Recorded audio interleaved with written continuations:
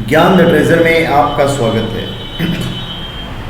और हम आपको बताएंगे या बताने जा रहे हैं हिंदू धर्म में फैले हुए 16 भ्रम और उनके जवाब।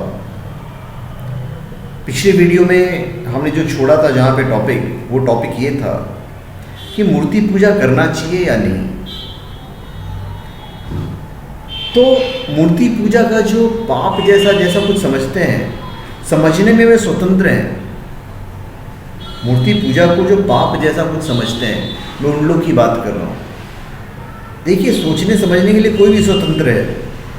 आप भी स्वतंत्र तो किसी और के बारे में कुछ भी सोचने के लिए। तो जो व्यक्ति मूर्ति पूजा कर रहा है, उसको भला बुरा कहना या मार देना पाप है कि पुण्य? जिनका मूर्ति में विश्वास हो वे उसका पूजन करें, जिनको विश्वास न हो वे ना करें। प्राचीन काल से ये दोनों तरह के मार्ग चले आ रहे हैं। सीधे और सरल लोगों के लिए मूर्ति पूजा ही भक्ति का एक तरीका है। मूर्ति पूजा का दौरान शंख, घंटे, घड़ियाल, कपूर, धूप, दीप, तुलसी, चंदन, गुड़, घी, पंचामृत, आचमन, प्रार्थना आदि का प्रयोग करने से मन को अपार शांति मिलती है। सकारात्मक भाव का निर्माण होता है। मस्तिष्क अलग तरीके से कार्य करने लगता है और किसी भी के भी प्रति द्वेष और हिंसा का भाव नहीं रहता है। मूर्ति पूजा का मनोवैज्ञानिक और आध्यात्मिक महत्व समझना जरूरी है।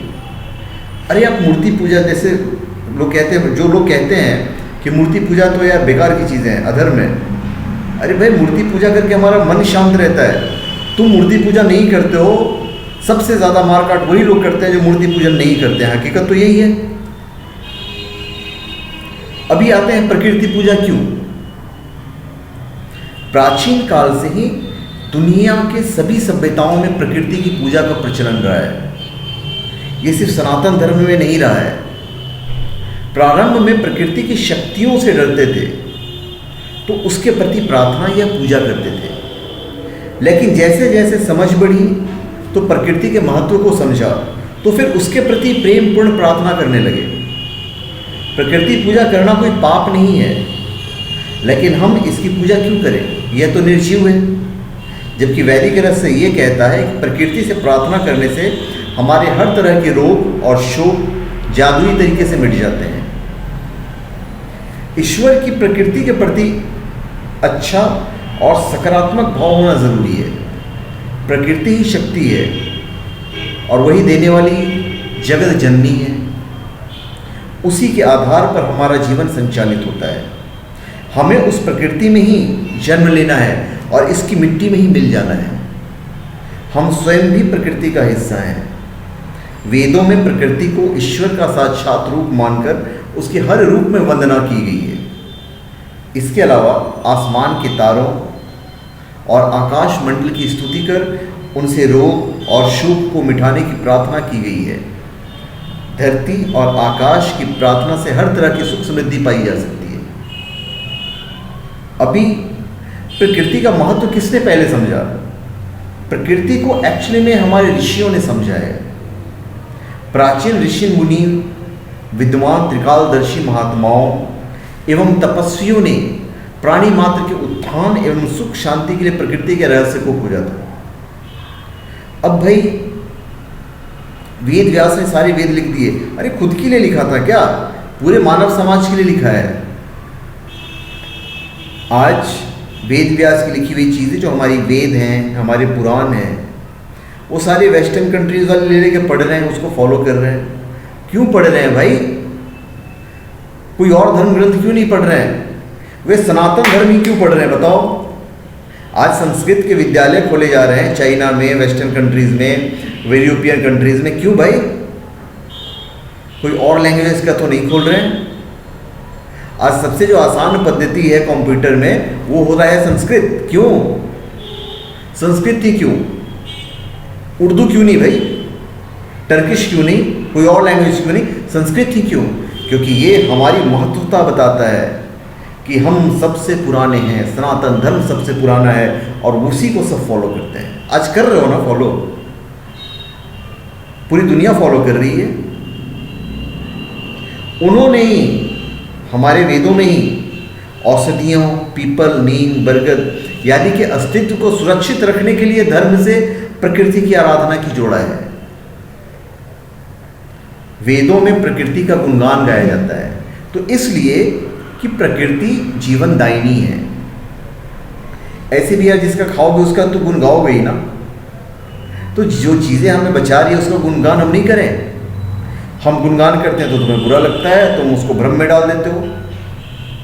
पर्यावरण की रक्षा और हमारी मांगों की पूर्ति के लिए प्रकृति से प्रार्थना जरूरी है।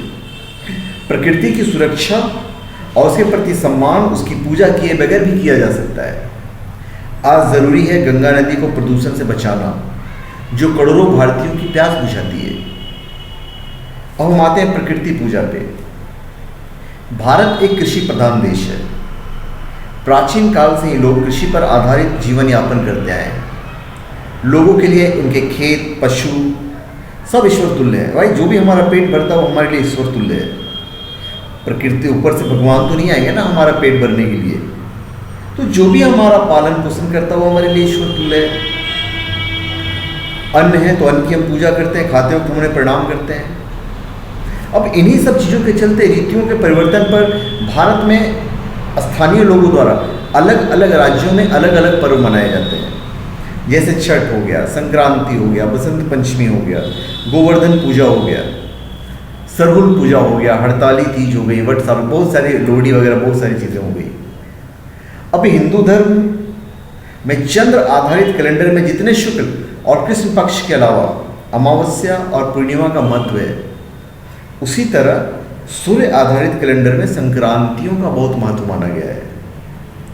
सूर्य के उत्तरायण होने पर और फिर दक्षिणायन होने पर व्रत और पर्व मनाए जाते हैं। यह पूर्णतः वैज्ञानिक और मनोवैज्ञानिक विषय है। ज्योतिष के इस विज्ञान को समझना जरूरी है। आप हमारे त्योहारों को लेकर मजाक उड़ाना शुरू कर देते हो। अरे उसके वैज्ञानिक तत्व को तो समझो। नहीं समझ पाओगे क्योंकि सबको लगता है कि यह हमारा धर्म है वो जो बेस्ट है, बिना पढ़े। प्रत्येक धर्म प्रकृति पर आधारित व्रत और उपवास का आयोजन करता है। धर्म की शुरुआत में प्रकृति पूजा का ही महत्व था। उक्त पूजा में कालांतर में जादू और टोने का प्रयोग होने लगा। जैसे जैसे व्यक्ति की समझ बढ़ी, उसने मूर्ति और प्रकृति की पूजा के वैज्ञानिक पक्ष को समझा और महत्व को भी समझा, और फिर उसने उसे छोड़कर दैवीय शक्तियों की ओर ध्यान दिया। थोड़ी और समझ पड़ी तब वो वेदों के ब्रह्म यानी परमेश्वर की धारणा को भी समझने लगा। एक जगह लिखा हुआ है, गीता में लिखा हुआ है, अनंताश्मे नागानाम वरुणो यादा सामहम पित्राण मर्मयमा चास्मी यमः स्वयं तामहम। मतलब हे धनंजय, नागों में मैं शेषनाग और जलचरों में वरुण हूँ, पितरों में अर्यमा तथा नियमन करने वालों में यमराज हूँ। अभी हम लोग सनातन धर्म में समाधि या पूर्वज पूजा करते हैं। आजकल हिंदू कई दरगाहों, समाधियों और कब्रों पर माथा टेककर अपने सांसारिक हितों की साधने में प्रयासरत हैं।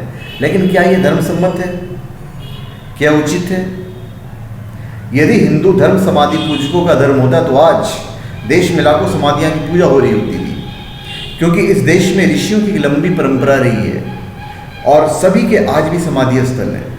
लेकिन आज ऐसे कई संत हैं जिनके समाधि स्थलों पर मेला लगता है। भूत प्रेतों की उपासना तामसी लोग करते हैं। तुम हर एक प्रकार से ईश्वर की शरण में जाओ। गुरु या पूर्वज पूजनीय होते हैं, लेकिन प्रार्थनीय या ईश्वर तुल्य नहीं। माता और पिता को ईश्वर तुल्य माना गया है, लेकिन ये सभी ईश्वर तो नहीं है। तब इनके प्रति आदर और सम्मान प्रकट करना जरूरी है, क्योंकि यही धर्म की शिक्षा और धर्म सम्मत आचरण है। अब सब हम सनातन धर्म में कहते हैं यार ये तो नाग को पूजते हैं, इसको पूजते हैं, उसको पूजते हैं, हर चीज़ की पूजा करने लग जाते हैं, पेड़ों की पूजा करनी शुरू कर देते हैं, गाय की पूजा करना शुरू कर देते हैं। सावन के महीने में शुक्ल पक्ष की पंचमी को नाग पंचमी का पर्व मनाया जाता है। विदेशी धर्मों में नाग को शैतान माना गया है। हालांकि नाग उतना बुरा नहीं है जितना कि आज का आदमी है। भारतीय संस्कृति की विशेषता है कि इसमें जीवन को पोषित करने वाले जीवनोपयोगी पशु पक्षी, पेड़ पौधे एवं वनस्पति सभी का आदर दिया गया है। यदि आप यह जानना चाहते हैं कि नाग पूजा क्यों करते हैं तो वो भी हम आपको बता देंगे, एक वीडियो हम बना देंगे इसके लिए खास करके। तो जहाँ एक ओर गाय, पीपल, बरगद तथा तुलसी आदि की पूजा की जाती है, वहीं अपने ही दंश से मनुष्य की जीवन लीला समाप्त करने वाले नाग की भी पूजा की जाती है। इसे विषधर जीवों को शास्त्रों में देवतुल्य और रहस्यमय प्राणी माना गया है। बहुत रहस्यमय है सांपों की दुनिया, लेकिन यह ईश्वर नहीं है। इसकी विशेषता यह है कि मानव से अधिक बुद्धिमान और चीज़ों को होशपूर्वक देखने में सक्षम है। इसकी चेतना पर शोध किए जाने की आवश्यकता है। एक ओर जहाँ भगवान विष्णु शेषनाग की सैया पर शयन करते हैं, तो दूसरी ओर भगवान शिव के गले में नाग है। नागों एवं सर्पों की सृष्टि का विकास से बहुत पुराना संबंध है। देवों और दानवों के द्वारा किए गए सागर मंथन के दौरान सुमेरु पर्वत को मथनी तथा वासुकी नाग को रस्सी बनाया गया था। वर्तमान में नाग पूजा के नाम पर इस बेचारे जीव का अस्तित्व संकट में है। तो इस वीडियो में मैं इतना ही रहने देता हूँ। तो धन्यवाद। आप हमारे चैनल पर सब्सक्राइब करें और अपने कमेंट दीजिए। हमारा जो 16 जो हमने आपको बताया भ्रम, उस 16 भ्रमों में से मैंने जितने धर्म बताए हैं 2 वीडियो में, तीसरी वीडियो में मैं सारे के सारे जो इस चैप्टर को कंप्लीट करूंगा, जो 16 भ्रम है उसके हम आपको जवाब देंगे। तो धन्यवाद। आप हमारे चैनल पर सब्सक्राइब करें और अपने कमेंट दीजिए। धन्यवाद।